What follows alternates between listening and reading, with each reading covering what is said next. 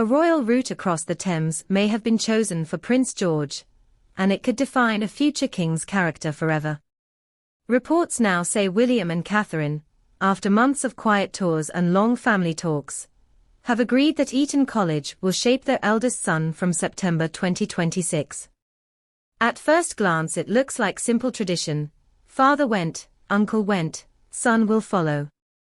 Yet behind that decision lie car park discussions at Lamrook, whispered recollections of Charles's school days, and a single, practical truth that only the Waleses can fully appreciate: Eton is 5 minutes from home. George, 11, is thriving at Lamrook in Berkshire with Charlotte and Louis, but the jump to senior boarding looms. Marlborough, Catherine's beloved alma mater, offered co-education and familiar memories. Highgate in North London impressed the princess with its drama wing. 4 weeks both schools seemed viable. Then, during an unpublicized winter visit, William stood on Eton's Long Walk, gazed over the river toward Windsor, and realized that choosing any other postcode would mean sacrificing easy weekend hugs and bedtime catch-ups during the most turbulent phase of adolescence. All roads lead to Eton, one confidant later confirmed, but another advisor warned that not every road stays open. What if Catherine's recovery needs another pause?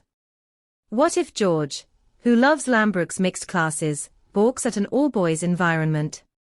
What if security planners decide the Windsor-Eton hop is actually harder to seal than a campus tucked deep in the countryside? Subscribe now so you don't miss the twist that could still upend this plan. Within court circles the debate crystallized around proximity. Eton's red brick cloisters sit a stone's throw from Adelaide Cottage. Housemasters already host fortnightly security briefings with Kensington Palace. Compare that with Marlborough's 90-minute drive on the M4, or Highgate's unpredictable London traffic, and the choice feels obvious. Yet tradition alone cannot silence every doubt. William remembers acutely how paparazzi lenses lengthened when he arrived at Eton in 1995. George's arrival will trigger a social media frenzy 100 times fiercer. To manage that storm, the college has begun low-key upgrades: remote access gates, extra drone shields, new counselor hours for boarders in the limelight. The price tag is equally headline-worthy. Annual fees hover near £63,000, making the young prince, at least on paper, Britain's most expensive Year 9 pupil. Critics mutter about gilded privilege. Supporters reply that forging a constitutional monarch requires more than classroom arithmetic. Inside Eton's 15th-century chapel hangs a roll of honor that includes Walpole, Wellington, and 20 future prime ministers. The network alone can influence an era, if, that is, George finds his footing. But money and legacy are not the only numbers in play. Security teams calculate that a 4-minute river crossing allows William, or Catherine, to reach the school faster than most parents stuck on the school-run A roads. Critical during royal crunch weeks, when balcony duties or state dinners collide with parents' evenings. For the Waleses, that logistical safety net outweighed the romance of Marlborough or the progressive pull of Highgate. Still, one unresolved question hangs over the plan like low Thames fog: will the boy himself embrace the uniform? George inherited his mother's quiet diligence and his father's competitive streak. He loves art, football and science projects that explode vinegar all over the kitchen island. Friends say he thrives on mixed energy. An all-male house could feel confining. A former royal tutor hints that the final yes will be George's as much as his parents'. No 14-year-old benefits from feeling railroaded into tradition. That pause for personal choice echoes through royal history. Until the 19th century, heirs were drilled by palace tutors, rarely venturing beyond gilded gates. Change came in 1840 when Queen Victoria sent the Prince of Wales to Oxford lectures, though without matriculation. Fast forward to 1962, Charles spent 5 testing years at Gordonstoun in Scotland, calling the regime colditz in kilts. William, entering Eton in 1995, marked the monarchy's pivot toward mainstream elite schooling, followed by Harry in 1998.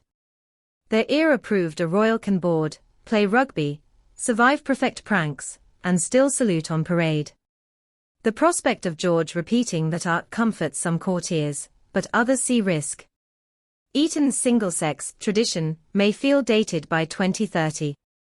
Marlborough went co-ed in 1968, reflecting a society that values gender balance.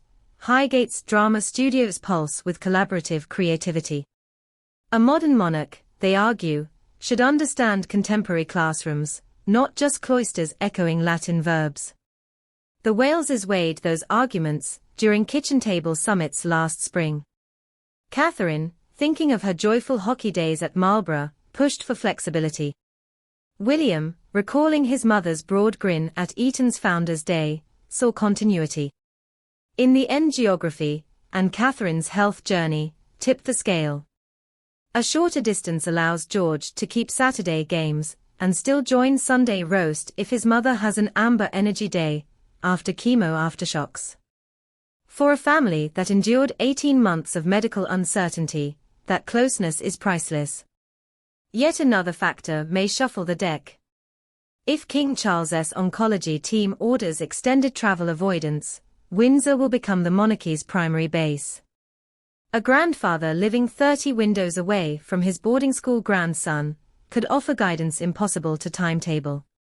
Imagine George slipping across the home park on weekends to show his Latin prep to the king who once fretted over Greek verbs at Trinity College, Cambridge. The symbolism writes itself, 3 future reigns exchanging wisdom over cocoa. But what if parliamentary duty summons William to Australia or Canada in 2027, the very term George starts at Eton? Will the prince accept his first week of term without either parent at the school gate? Or will the Foreign Office rethink that tour to shield the heir in waiting from another emotional jolt? Subscribe, and we'll keep tracing each ripple as the Wales timetable and the college prospectus converge, or collide. For now, preparations advance. Eton's headmaster, Mr. Little, is rumoured to have set aside a newly refurbished house, with discreet perimeter walls and fibre optic blackout curtains. House tutors undergo additional safeguarding drills alongside royal protection officers. Meanwhile, Marlborough quietly reassures prospective parents that its admissions policy remains robust, a coded nod that one very famous application was never formally lodged. As speculation ebbs and flows, one constant remains: George's future will blend ancient ritual and modern flexibility. He will chant Latin grace as his father once did, yet FaceTime Charlotte before lights out.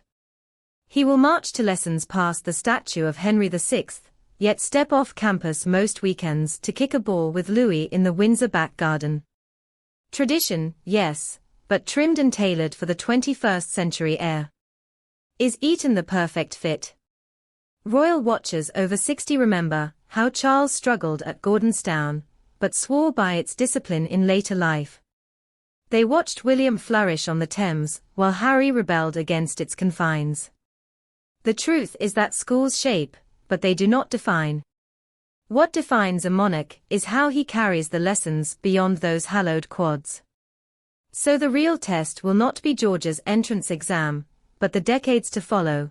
Can he absorb Eton's privilege and still connect with citizens educated in comprehensive classrooms? Can proximity to Windsor nurture family warmth without breeding insularity? Those answers will unfold lesson by lesson, term by term. Until then, the note on William and Catherine's kitchen pinboard reads, application pack complete. August 30th deadline. One milestone ticked. Many more to go. Stay with us as we follow the next chapter in Britain's most closely watched school search. And don't forget to subscribe, so you're first to know if the Waleses make a final twist on their chosen royal road.